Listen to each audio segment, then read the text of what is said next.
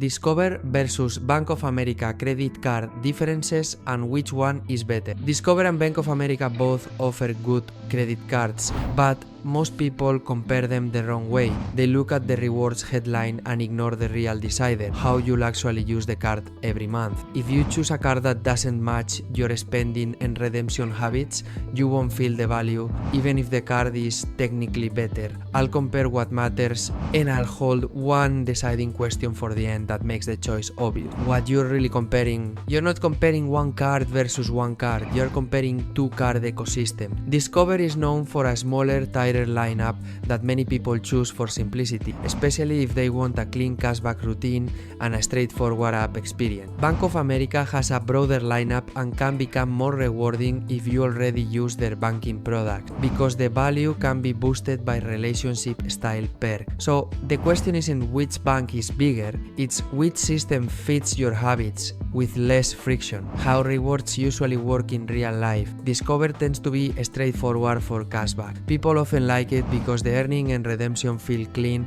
and the card experience is easy to live with. Bank of America tends to shine when you want a cashback card that can be tuned to your spending, or when you want points that fit a travel style redemption approach. The experience can be very good, but it often becomes best when you already bank there and want everything connected. The real difference is effort. Some cards reward you for managing categories or building a bank relationship, others reward you for consistency without thinking. Where Discover tends to win, Discover often wins for simplicity and a low friction routine. If you want one card you can understand in seconds and redeem without mental overhead, it can be a strong choice. It can also be a good pick if you are building credit, because many people use it early and keep it long term for its steady, easy to manage experience. The honest caveat is acceptance. In the US is usually fine, but if you travel internationally, Discover can be less accepted than the biggest network, depending on where you go. That matters if you want one card for everything. Where Bank of America tends to win, Bank of America often wins when you already bank with them and can benefit from relationship boost, or when you want a card that matches a specific spending pattern, like choosing a category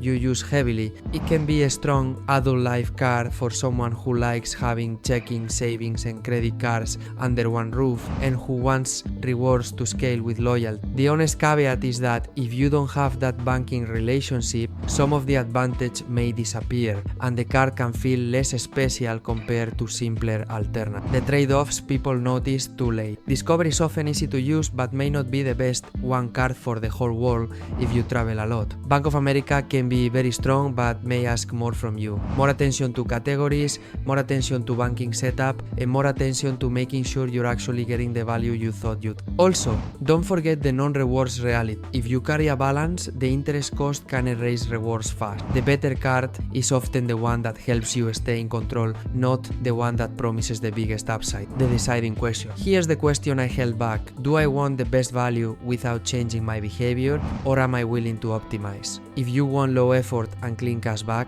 Discover is often better. If you're willing to optimize and you already bank with Bank of America or want a reward setup tailored to your spending, Bank of America can be better. Pick the one you'll actually use well. That's what turns best rewards into real value. And don't forget to check the description for helpful resources that will make things. If you found this useful, hit like and subscribe for more.